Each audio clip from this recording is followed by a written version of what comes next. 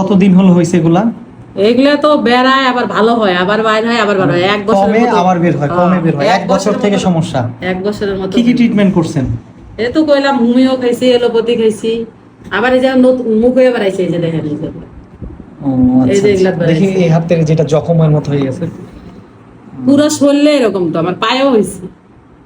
ভিডিওতে যে পেশেন্টটিকে দেখতে পেলেন, পেশেন্টের কি কি সিমটম আমি কালেকশন করেছিলাম এবং এই সিমটমের উপরে কি মেডিসিন প্রেসক্রিপশান করেছিলাম এবং এই বিষয়টা আমরা র্যাপাটরিতে কিভাবে দেখেছিলাম এবং মেডিসিন সিলেকশন করেছিলাম, এই বিষয়টাই আজকে আপনাদের সাথে শেয়ার করছি। তো পেশেন্টের বয়স হলো 30 বছর। তো পেশেন্টের প্রেজেন্ট হিস্ট্রিতে আমি পেয়েছিলাম হলো ইরাপশান, তার চর্মরোগের সমস্যা, ইচিং, চর্মরোগগুলো চুলকায়, ডিসচার্জ, এখান থেকে স্রাব বের হয়, বার্নিং সেন্সেশন, এইখানে জ্বালা করে এবং জ্বালা অনুভূত হয়, ফিট বার্নিং, পায়ের তালু জ্বালা পোড়া করে। এছাড়া তার প্রেজেন্ট হিস্ট্রিতে লেখার মতো সেই রকম কোনো গুরুত্বপূর্ণ কোনো সিমটম আমি পাই নাই। ফ্যামিলি হিস্ট্রিতে তার বাবা মা ভাই বোন রক্তের সম্পর্ক যাদের সাথে আছে এদের বড় ধরনের কোনো অসুখ বিসুখ ছিল না। জেলান সিমটমে পেয়েছিলাম পেশেন্ট গরম সহ্য করতে পারে না, দুধ খেতে পছন্দ করে এবং ডিম খেতে পছন্দ করে। পেশেন্টের যেগুলো গুরুত্বপূর্ণ সিমটম, এই সিমটমগুলোই আমি প্রেসক্রিপশানে লিপিবদ্ধ করেছি। মাইন্ড সেকশানে যে পেয়েছিলাম তার রাগ ঘুম সব কিছুই আলহামদুলিল্লাহ ভালো ছিল। তার গুরুত্বপূর্ণ একটা সিমটম ছিল, সেটা হলো সে গোসল করতে চায় না, তার গোসল করতে অনিচ্ছা হয়। তো এই যে এই যে সিমটমগুলো আমি কালেকশন করেছিলাম, এই সিমটমের উপরে আমি মেডিসিন সিলেকশন করেছিলাম সালফার। তাকে ঔষধ প্রয়োগ করেছিলাম হলো সালফার M2 ওষুধ প্রয়োগ করেছিলাম 21/2/2026-এ। তো আশা করি ইনশাল্লাহ পেশেন্ট আস্তে আস্তে আস্তে আস্তে ভালো একটা জায়গায় পৌঁছাতে পারবে। তো এখন বিষয় হলো যে পেশেন্টের যে ডিসচার্জ হচ্ছিল এইটা সামান্য পরিমাণে আঠালো ছিল, কিন্তু আমি এখানে গ্রাফাইটিসকে সিলেকশন না করে কেন সালফারকে সিলেকশন করলাম, এই বিষয়টাই আমি আপনাদেরকে র্যাপাটরির মাধ্যমে দেখাচ্ছি। তো রুগীর যে সমস্যাগুলো, এই সমস্যাগুলো আমরা এখন র্যাপাটরিতে অ্যাড করব। তো পেশেন্টের হলো স্কিনের সমস্যা, আমরা প্রথমে চলে যাব স্কিনে যাওয়ার পর যাব ইরাপশান, ইরাপশান যাওয়ার পরে আমরা এখানে এই রুব্রিকটা এখান থেকে নিব।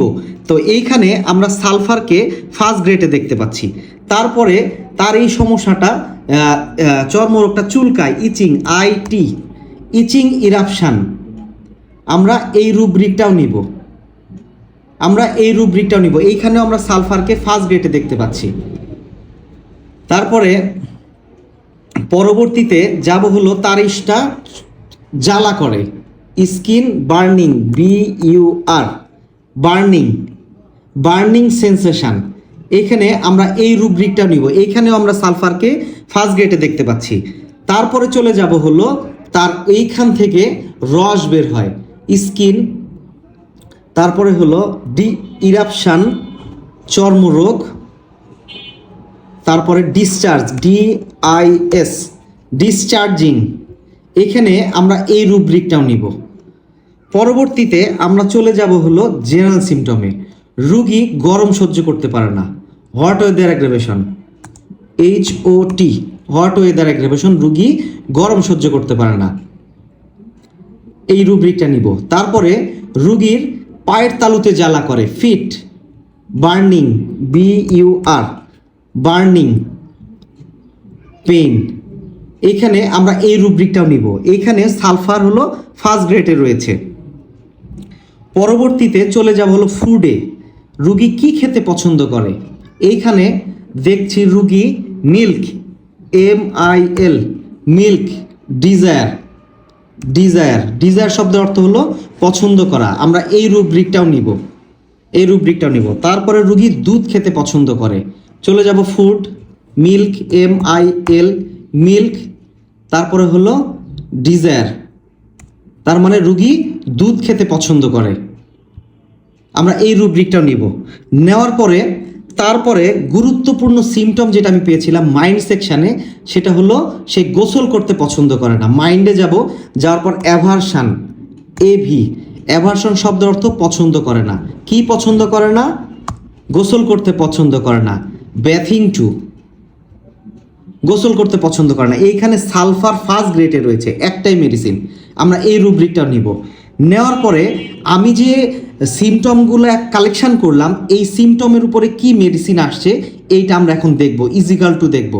তো এইখানে আমরা দেখতে পাচ্ছি যে সালফার আসছে 22, ন্যাপটামিউর আসছে 19, ক্যালক্রিয়া কার্ব আসছে 17, এইভাবে করে আস্তে আস্তে আস্তে নিচের দিকে গেছে। গ্রাফাইটিস আসছে 14। তো আমরা রুগী যে যে সিমটম আমাকে বলেছিল, এই সিমটমগুলো সালফারকে কভার করছে, এই জন্য আমি মেডিসিন সিলেকশন করেছিলাম সালফার। তো আশা করি ইনশাল্লাহ মেডিসিনটা সঠিক মেডিসিন সিলেকশন হয়েছে। এই মেডিসিনের দ্বারাই রুগী আস্তে আস্তে আস্তে আস্তে ভালো একটা জায়গায় পৌঁছাতে পারবে। তো এতটুকুই আপনাদেরকে দেখানোর ছিল। তো রুগীদের যদি এইভাবে পুঙ্খানুপুঙ্খানুভাবে সিমটম কালেকশন করা যায় এবং র্যাপাটরি ভিত্তিক এইভাবে যদি র্যাপাটরিতে রুব্রিক দিয়ে সঠিকভাবে মেডিসিন সিলেকশন করা যায়, তাহলে অবশ্যই ইনশাল্লাহ রোগের সুস্থতা একটা জায়গায় দ্রুত পৌঁছানো যাবে। তো আজকে আপনাদেরকে এতটুকুই দেখানোর ছিল। আপনাদের যদি কোনো প্রশ্ন থাকে বা কোনো কিছু জানার থাকে অবশ্যই আমাকে জানাবেন, অবশ্যই আপনাদেরকে আমি হেল্প করব। তো সবাই ভালো থাকবেন, সুস্থ থাকবেন। সামনের দিন নতুন একটা ভিডিও নিয়ে আবার আপনাদের সামনে হাজির হব। আসসালামু আলাইকুম।